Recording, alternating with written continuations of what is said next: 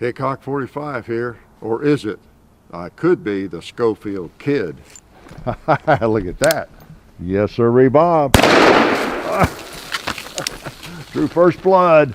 Woohoo! Missed the bowling pin. Didn't that time.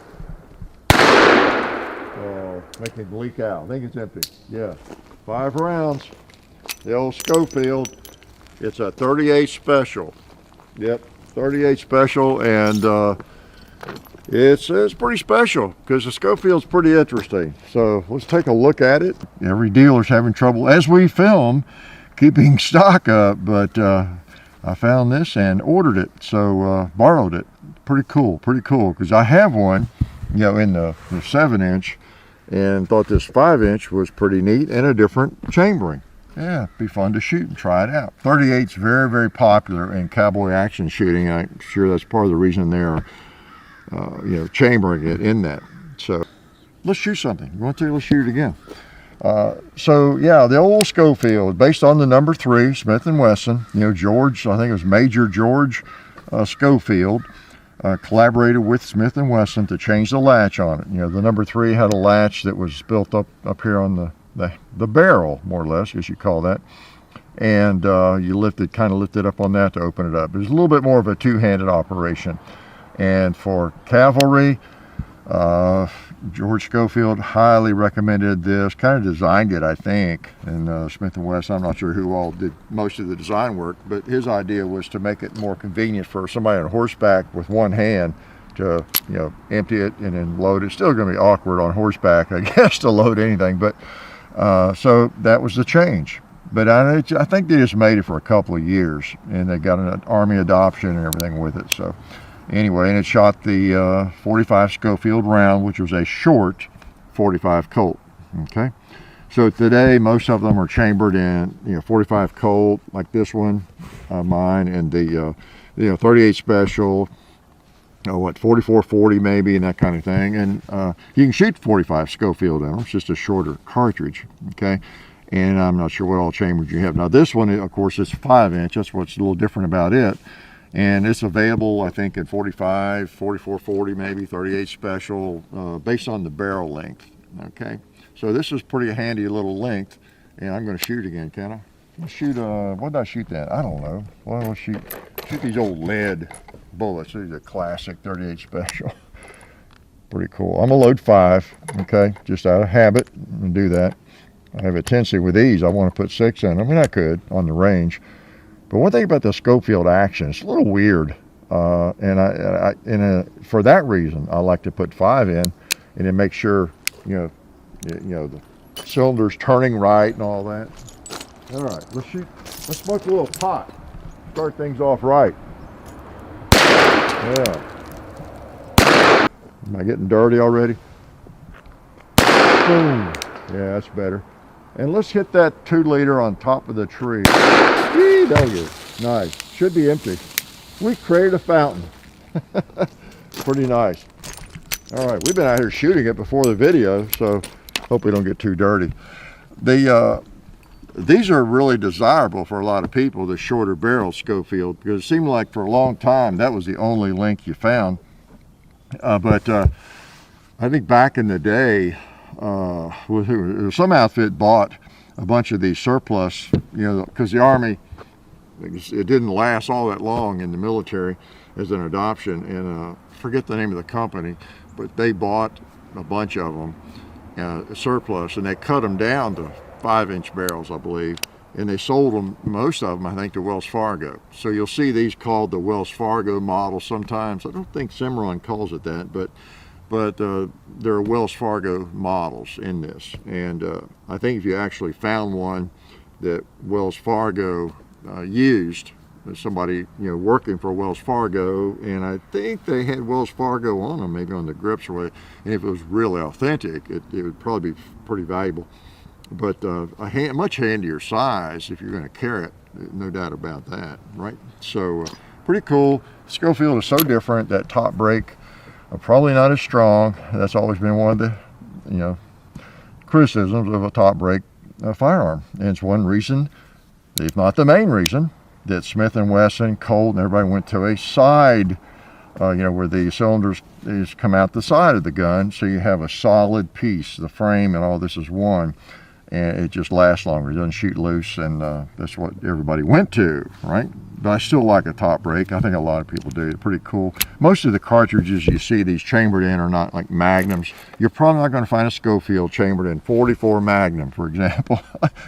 So, like I say, you're not going to find one of these in 44 Magnum. They're chambered in more moderate rounds, because you would really, I don't know if you'd be playing with fire, but you would not get a lot of life out of it in a hot 44 Magnum round with a top break, I don't think. Okay, so I got so you see what I'm doing? We just did a video on that, didn't we? What was it called? Are You Really Loaded? Check it out. And it tells you where the round is. And so when I close that up, I have a round under the hammer, but I'm not going to leave it like that. I'm going to cock it, and I'm not sure. Let me open it back up. Do that again. Okay, there we go. Let's close it up, cock it. So now I'm on an empty chamber. Okay, if I were going to jump on my horse and ride a few hundred miles, I would put that in my holster just like that. And if I fell off my horse, or my gun fell off my horse out of the holster and hit, or whatever happened, bounced around on the rocks with me, I'm probably not going to get shot by my own gun, okay? But if I need it, I pull it out, cock it.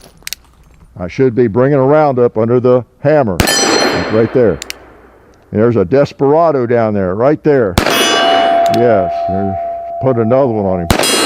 Since they're 38 special instead of 45, it might just take more rounds to neutralize him, right? So I just wanted to bring this to you and show you. Everybody likes a Schofield. I mean, really, even if you wouldn't buy one, they're just so neat. They're so different.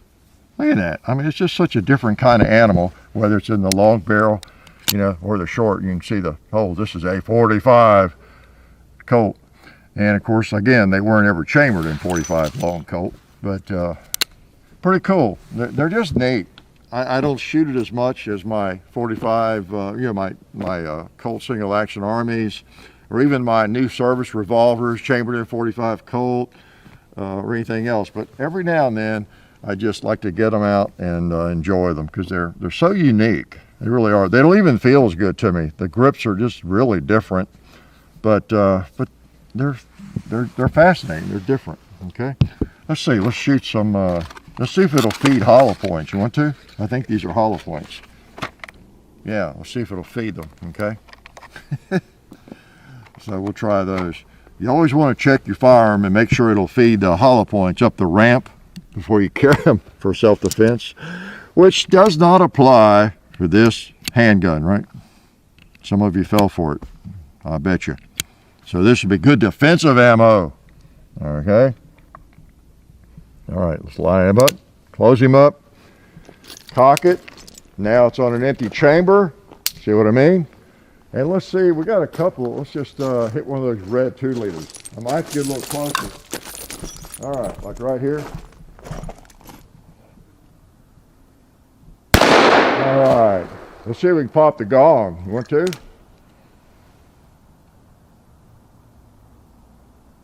Oh, I saw where I hit. Saw where I missed.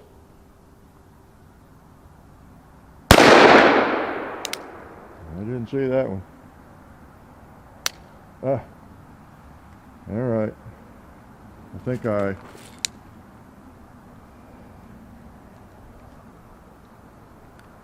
got off kilter there. Close him up. All right.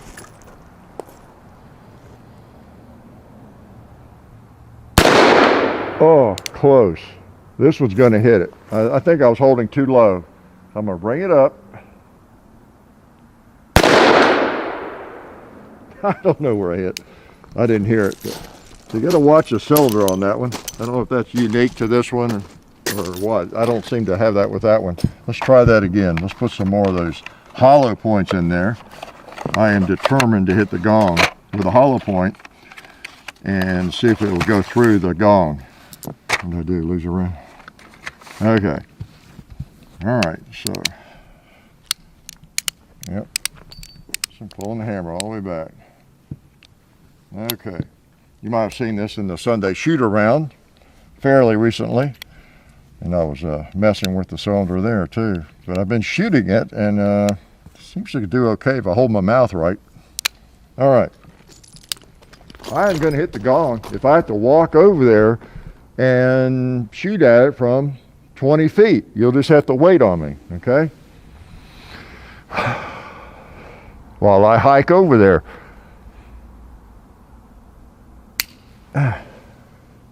Oh yeah, of course. Empty chamber, like I said. There we go. Yeah, I held higher.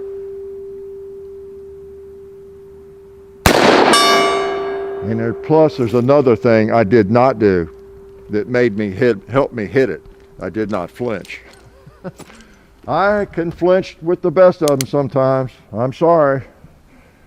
Let's just finish up with the cowboy. You want to? Boom. Boom. Boom. Kilting. So anyway, the old Schofield is an interesting firearm. Again, based on the Smith & Wesson number 3 is really what it is. And just a little different latch system that Major Schofield came up with. And personally, I really have said this before, I kind of prefer the old latch system, unless I was riding horseback a lot and everything, because if you're not careful, what happens is you reach for that hammer, you're liable to, open your firearm when you didn't mean to. So I probably the other latch system all around is a little bit better. I guess I'd have to talk to some old cavalry guys from back in the 1880s and see what they thought about it. And I guess they're hard to talk to these days, right? So, but Schofield's an interesting design. I've always thought the cylinder was a little weird, as I mentioned in the Sunday shoot around.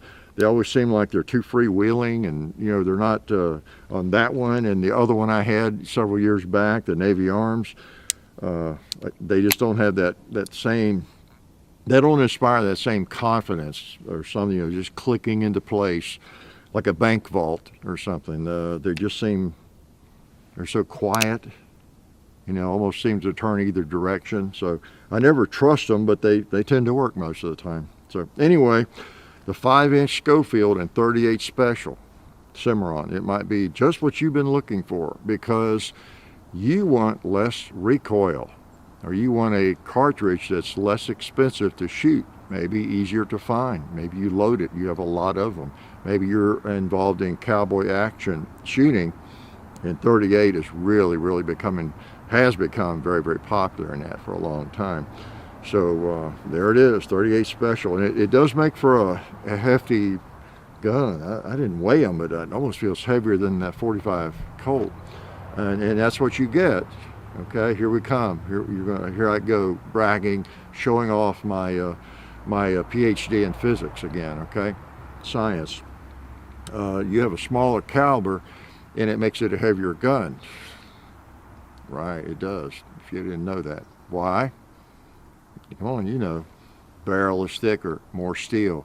So if you had this firearm in that barrel length and a 7-inch barrel chambered in 38 Special, I think it'd be very awkward feeling and very barrel heavy, because you got more steel, in the barrel. Unless they just made the barrel smaller or something, outside and inside, if that makes any sense. So that's just the way it is, like a Colt single action.